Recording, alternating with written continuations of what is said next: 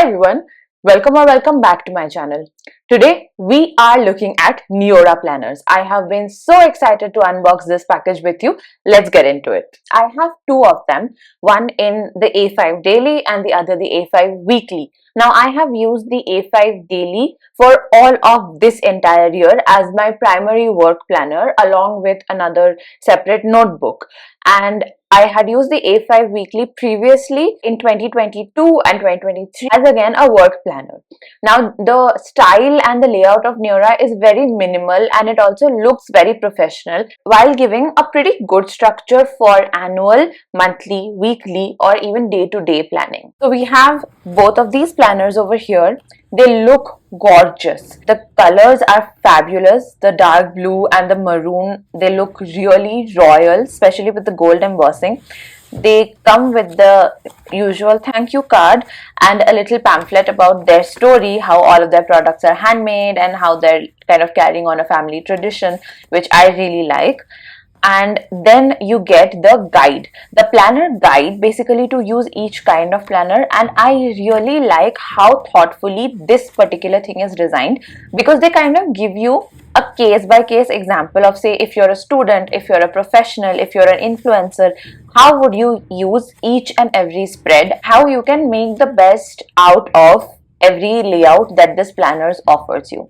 So for anybody who is just getting started, or for anyone who is in a slightly different kind of profession, even they would know how to use this planner the best. And I like how thoughtfully this guide has been designed. They also give you different markers on the daily page, and this is something that someone who might not be familiar with the bullet journal style, or someone who's not very into the planner world might not know that a lot of these companies intentionally put in these markers so you can divide up your page in, say, thirds or half or quarters, however you want to make it useful for you. Now here they have given examples of 6 kinds of layouts that you can divide the daily pages up in and just make it suitable for how your day works. So let's look at the daily planner first and then we'll get on to the weekly.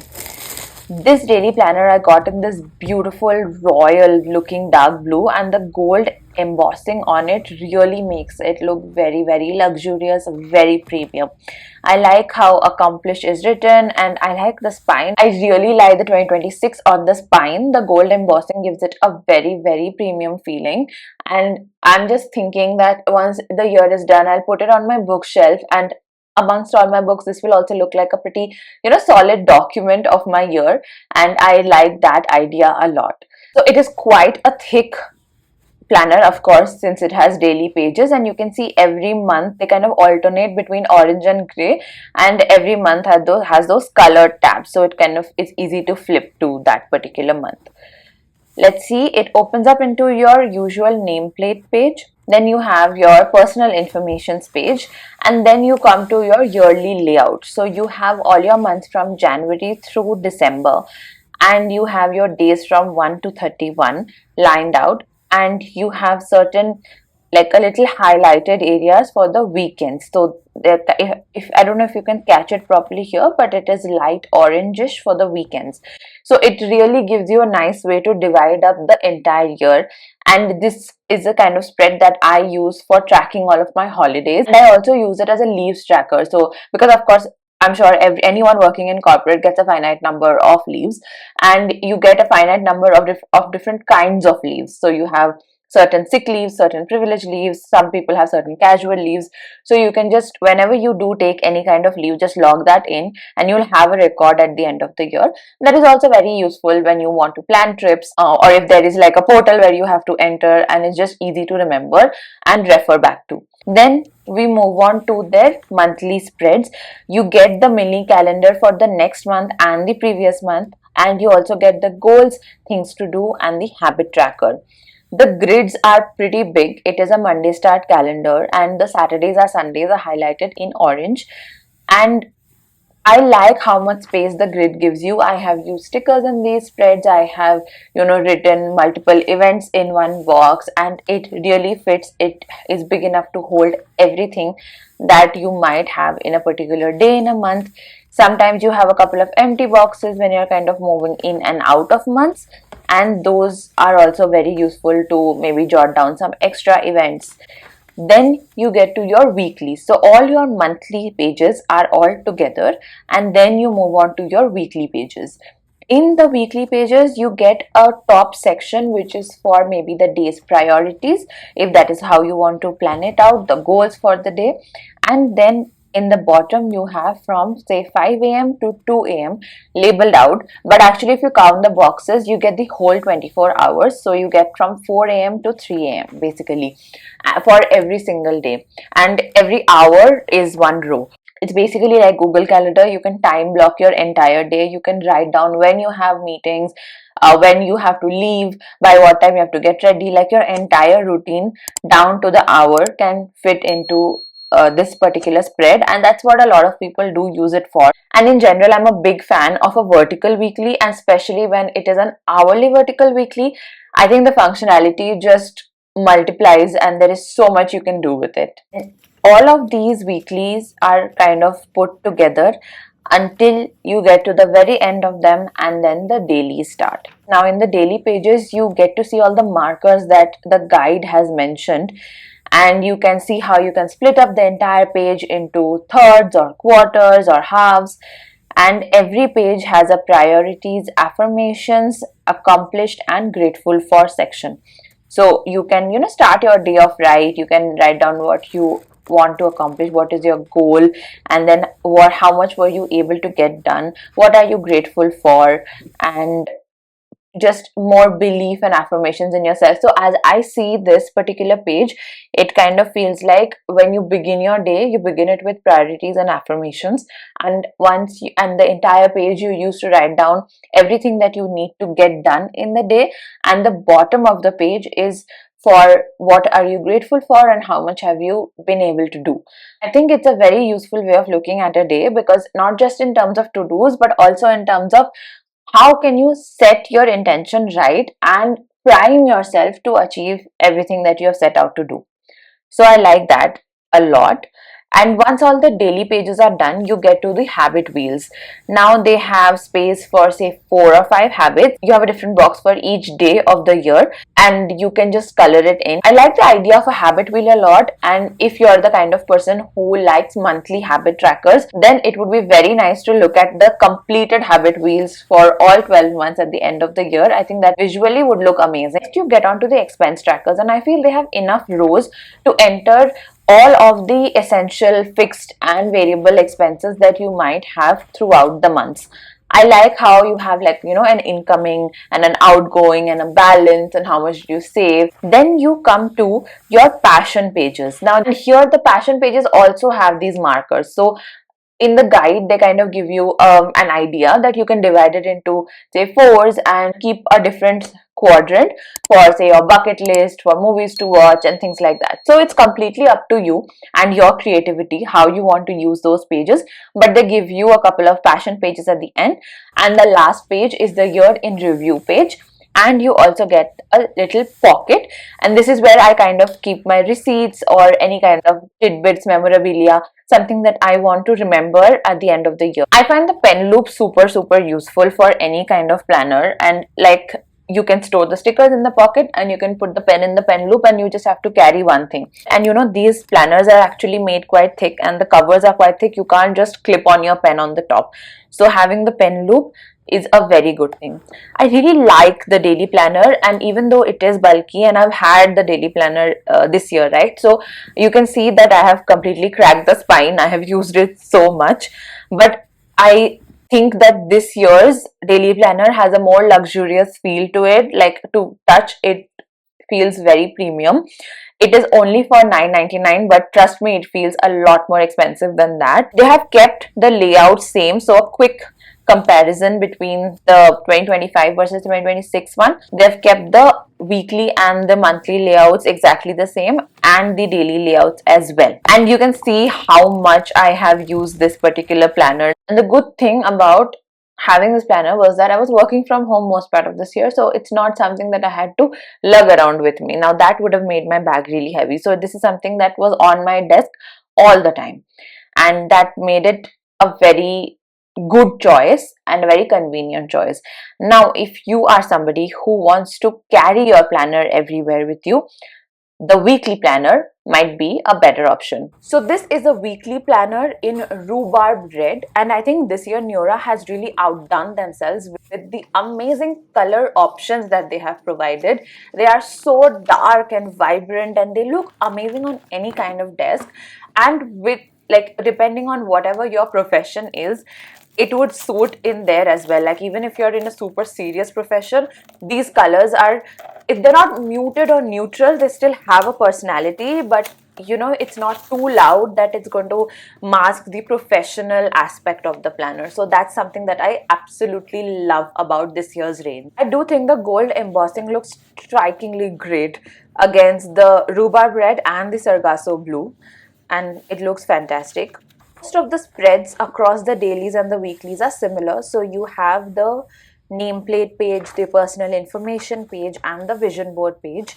Then you also have the entire yearly layout from January through December and days 1 to 31, with the weekends highlighted in a light orange color. Next, you move on to the monthly grids. Again, everything is same over here. You get the mini calendars of the previous month and the mini calendars of the upcoming months, along with enough space to write down your goals, things to do, and a little health tracker. Once all the monthly pages are complete is when we get to the weekly sections. Now you see that every week is kind of numbered, like week 1, and January starts off on a Thursday, so you have Thursday at the far end of the page, and you have all the hours laid out from 5 a.m. to 11 p.m. and if you want to use the grid above that, so it's basically from 4 a.m. to 11 p.m., which is a pretty good time slot to have in your planner, assuming that you're not working night shifts. So most of your everyday's task would be confined to these hours, including if you wake up really early, have a very elaborate morning routine, you are working unconventional hours. In most of the traditional planners which are laid out hourly, it's always up to like 7 p.m. or 8 p.m. and actually doesn't even cover all of my working hours. So I really like this particular edition, that within the weekly you're not sacrificing the weekly vertical hourly which you get with the daily planner. You are actually kind of getting a very interesting and very functional hybrid of the weekly vertical hourly. So here is what a full week looks like. You have Monday, Tuesday, Wednesday, Thursday in the top row, that is split between 2 pages, and you get Friday, Saturday, Sunday along with the section on the absolute right bottom side for priorities, affirmations, what I've accomplished, and what I'm grateful for. Usually when in the dailies, all of these 4 sections are given for each and every day, but here it is kind of clubbed together for the entire week. I have not used each of these boxes when I have been using the daily planner this year, but I think at a weekly level it just might be a little easier to fill them in. And once you cover an entire week, you flip over to a double page spread of just notes pages. These are just regular square grid pages. You can write down your notes however you wish to, and I think this gives a lot of flexibility. In 2023 I was using their weekly planner and the layout was slightly different, but they still had notes pages at the end of every week, and I used to write down majority of my work notes in those 2 pages, and the main weekly part used to be for my meetings and deadlines. So I like having that segregation, and that was very useful and a very functional layout to have. So the good thing about this planner is that none of the months run into each other. So whenever you are starting off a new month, even if it is on a Sunday, that Sunday is not clubbed with the last week of the previous month.